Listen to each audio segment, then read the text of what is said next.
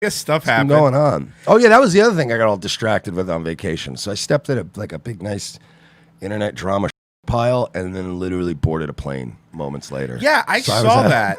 I saw that. I saw that you got involved in the whole Nicole Arbour, Louis J. Gomez. So yeah, most of you guys have been following this, but there are plenty of people that watch us that don't follow us in that realm. But so Louis J. Gomez, a guy we've had nice things to say about on the show, Gas Digital Network, which we've had nothing but nice things to say about. We've had the owner Ralph on our show when we were in Miami. We've had Bronx Johnny Chris from Brooklyn. I thought we had Chris from Brooklyn. Also, we never got Bronx Johnny on. We keep saying, "Hey, when we're going to come on," and he got busy. He got so. We had Chris from Brooklyn. You're right. We didn't have we had Bronx Chris Johnny. from Brooklyn, Ralph. And we've there have been times we goofed on them. There've been other times, but we never, we just always plug them because we very much respect what they've done. They've succeeded where many people have failed. They're no compound. They've had multi-million-dollar. That's a phrase the kids are saying. They've managed to band together and create something that, look, we'll even admit we tried to network. It failed miserably because that's a lot of moving parts and a lot of people to control. It's not easy. So they did a good job with that. They've been defending comedy relentlessly, the Shane Gillis stuff, Louis C.K., all that good shit. So they've been pretty much, the way I told it to Louis was, basically it's like a few people left that are just keeping comedy on a respirator and everybody else is just out there like, oh, it was let me tell you about like everything is just guys, I want to take a moment to talk about police brutality, and they're the only ones that have been doing that. So Louis J. Gomez on his Real Ass podcast had a YouTuber by the name of Nicole Arbour on, who I've never heard of before this. Do you ever Yes, and I'll tell you, but let me tell you from where. Okay.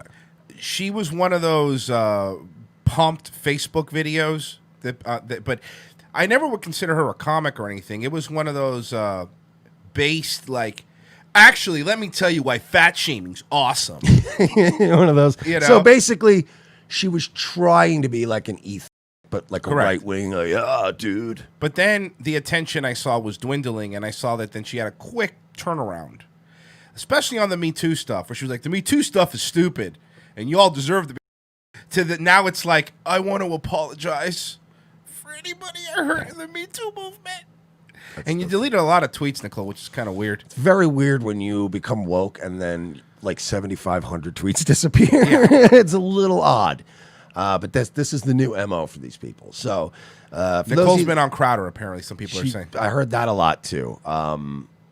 She's basically like, if you guys go back, you can watch the Real Ass Podcast episodes. You can watch the Nightwave take on it. I hate both of those shows. She went into the Real Ass Podcast. Louis J. Gomez was doing his usual thing, a new hot chick in the room, and he's doing the whole Pepe Le Pew. Of course. I'm going to hit on you, and of course I'm going to fail miserably on the air because it's funny for content. And she brought her own camera person, which right away... Red flag right there. That is a red... When you bring your own camera person, that's a problem. Yeah, and she filmed it from her perspective so she could use the footage without getting a hit. It's very smart. Very smart. Right. It was awkward. It wasn't a great appearance. She's not funny. She's just a YouTuber who thinks she's a comedian. So it wasn't the best episode ever that they did. And then she left. Nothing was said. And then about an hour goes by. She has a new video up on Instagram and YouTube. What is it? Comedian destroys sexist comedy club, a comedy festival owner or whatever.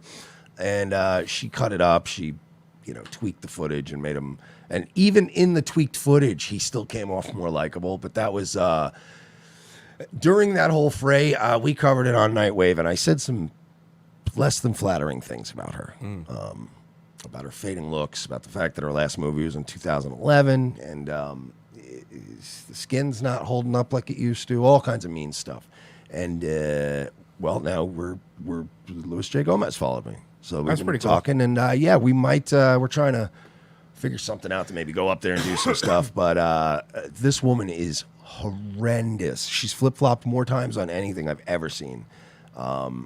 She's copyright striking channels. See that all the other stuff is again. There's a lot of but then you start doing that that's when you're like the lowest of the low. Like that's the dregs. that's the dregs of like, I'm gonna actually copyright strike channels. Like, there's certain people that we've goofed on, and we've really goofed on them hard, but they've never like done bitch moves like the fuck like what Owen did or what Baked Alaska did, you know, and be like, oh, we're gonna copyright strike your channel now. That is just some low level grimy. Some grimy, I don't want people to hear what I said because it makes me look bad bullshit. I really hate that. I hate when anybody does that. And I dared this to hit my channel, and she has yet to hit Nightwave for anything. Although I paused it so much and only played little snippets because she's so hateable. I couldn't make it more than a half a second every time I would unpause, and she would say one thing, and I'd be like, bah!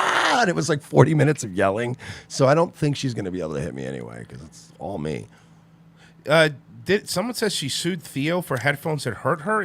Another thing I heard. That I didn't hear this one. This is new for me. So what is this? The story is, I don't know, but enough people are kind of saying it's true. So I don't know if it's true, but a lot of people are saying it is. She was on Theo Von's podcast, and she tried to sue him for, I think her earring got caught on his headphones. That's on her though. No. If you know anything about radio, you know, like women that do radio, whether they're terrible in their holes and their whatever, they know. Oh, I can't wear super dangly earrings. You just know there's certain things, or if you do, you ask for the earbud headphones to put in. That's on you. Yeah. All right. Can I just now? I got to do the Theo impression. Yeah. Man, it's just like, you know, I thought back to it, and it's like, you know, like maybe my headphones could have been better. You know, maybe I could have been a nicer person. I don't know. It's like, oh, Theo always just, even when it's not his fault, he's just like guilt-ridden and feels bad. Maybe I just could have been a better person about it. I don't know, man. Maybe she's right. No, Theo, stand up for yourself. Stick up for yourself one time. Yeah, so this is so the word is on the latest episode with Bobby. This is from a year ago, by the way. So this is a year ago. This was written.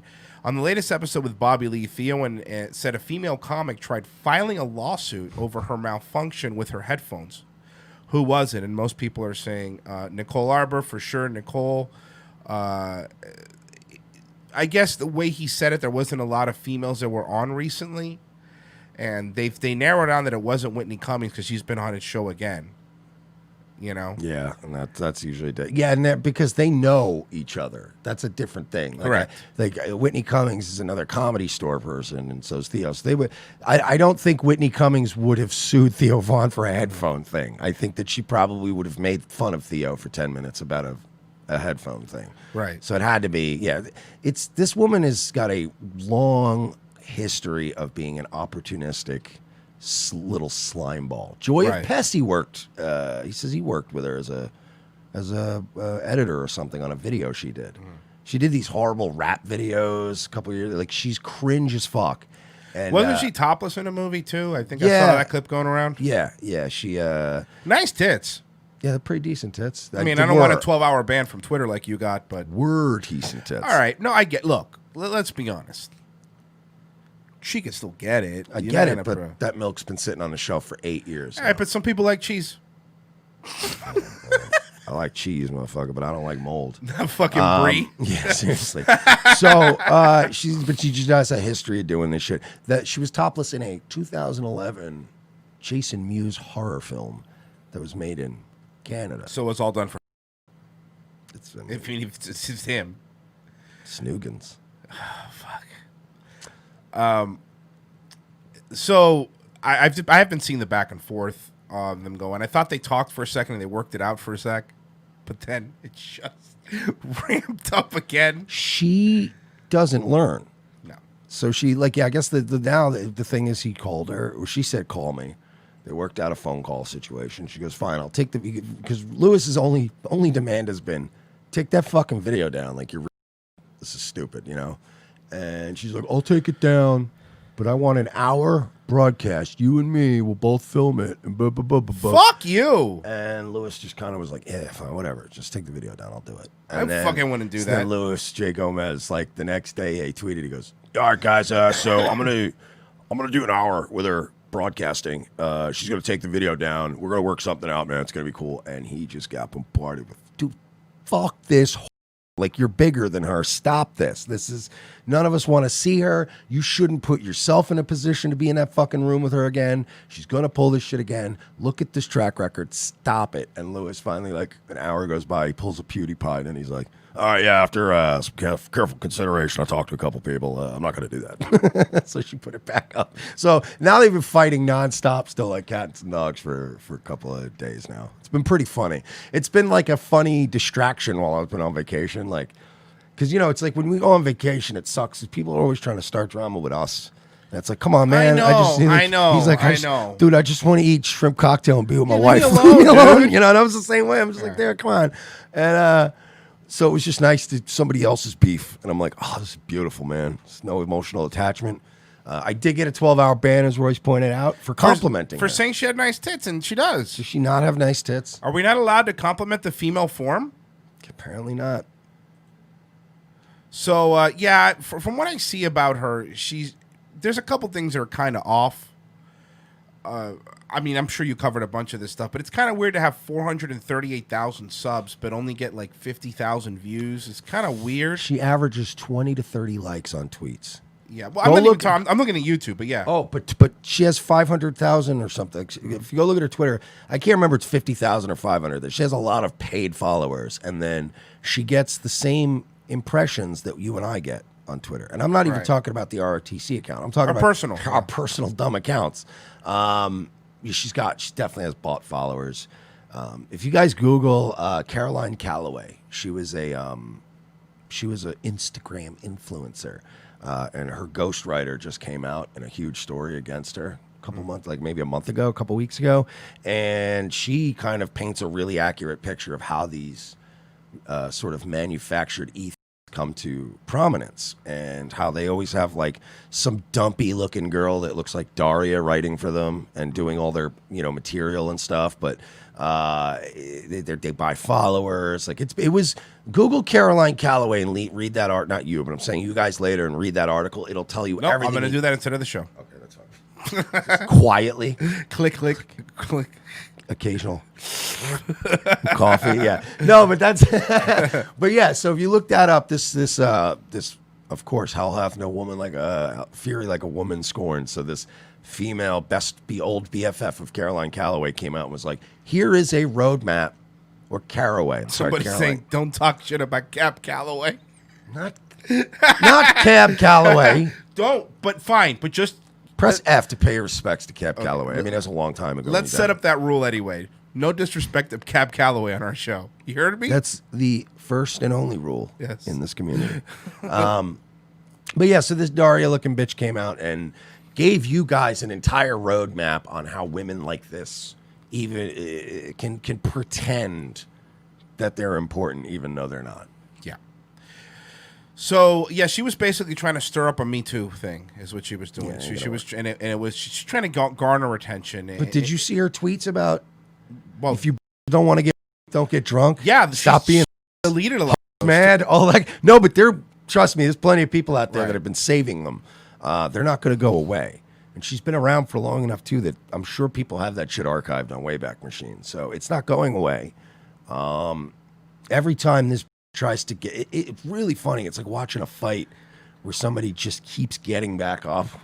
And it's just bam, bam, bam, bam. She's going to... I don't know how many times she's going to keep getting back up, but stay down. Just stay down. Throw in the towel. Be done with it. I don't know, but you got to understand with people like this... Even though it's negative attention, it's still attention versus the dwindling attention she was starting to get. You know what I mean? So this keeps her in the spotlight. And I've actually seen it's people that I really don't talk to, whatever. But somebody added me on Facebook to a group called, please, I stay in it because it's called Comic Mafia.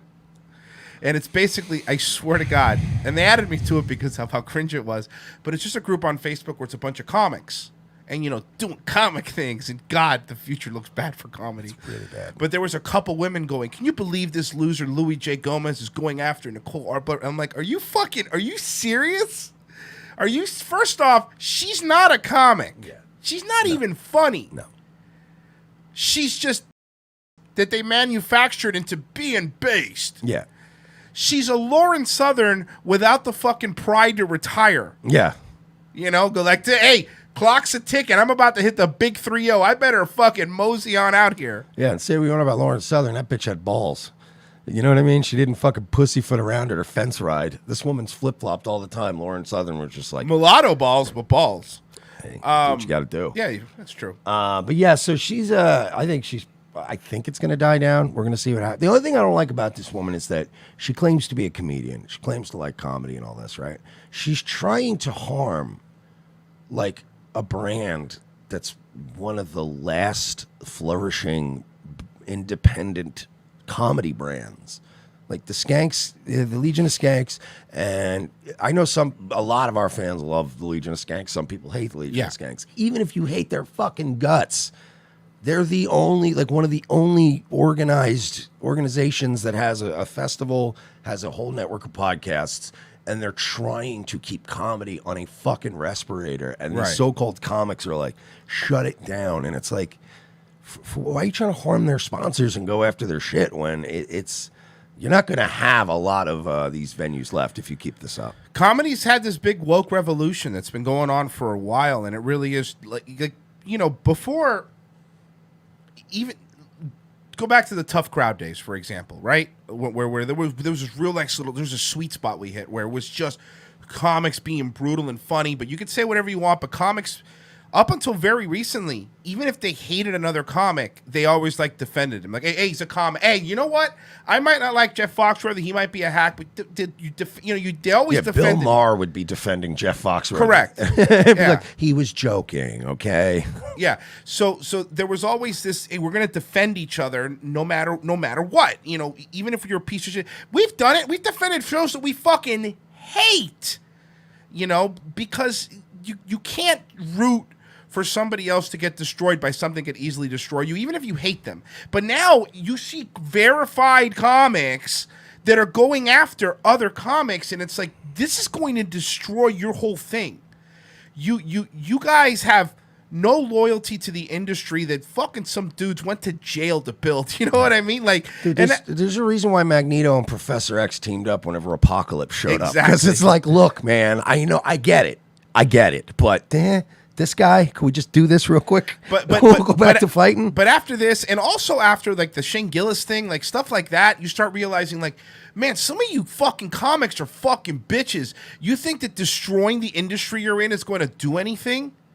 Fucking stop. It is, I think it's one of the most disgusting things that's been going on. I think it's almost like the entertainment world equivalent of accelerationism. It's like the people that want to accelerate the complete collapse of the system so that something else, grows out of it that's better than what we have. And there are people that actually think that way. And I think there's people that think that way in terms of the entertainment industry too. It's like, I don't care who gets hurt in the process.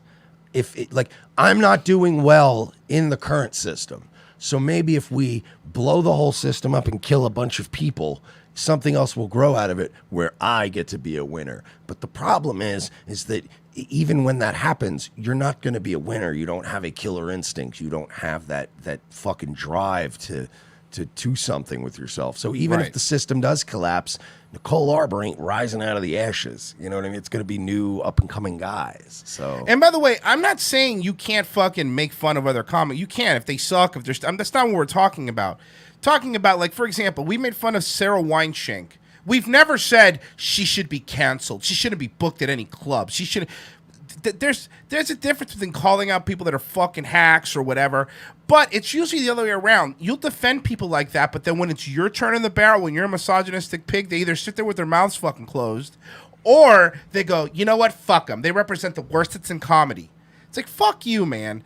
There's a way to get your point across without absolutely costing somebody their fucking livelihood. Mm-hmm. Over jokes, by the way. We're not talking about someone fucking helping. They should lose their livelihood. They should be fired. You shouldn't work with people like that, right? But for telling jokes, to me, it's absolutely, it's a fucking disgrace what's been going on in comedy. And if you would have told me, and look, I like Louis J. Gomez, but if you would have told me 10 years ago when Louis was making jokes on the Bennington show or Ron and Fez, do you think I would have said he's going to be one of the last dudes? I would have never thought that. But here's where we are now. Yeah.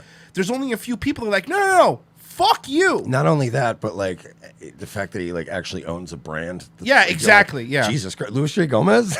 Yeah, Look, it's just, impressive. That just goes to show you guys that when you're dumb as rocks and you come from a poor background, as long as you're a hardworking, you can still own your own business. Muffler shop. Oh, sorry.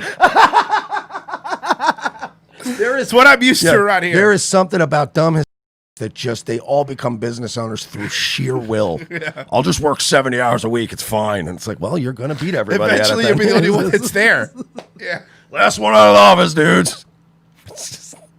So you fucking go to Miami right now. I dare you to find me an HVAC company that doesn't have a Hispanic owner.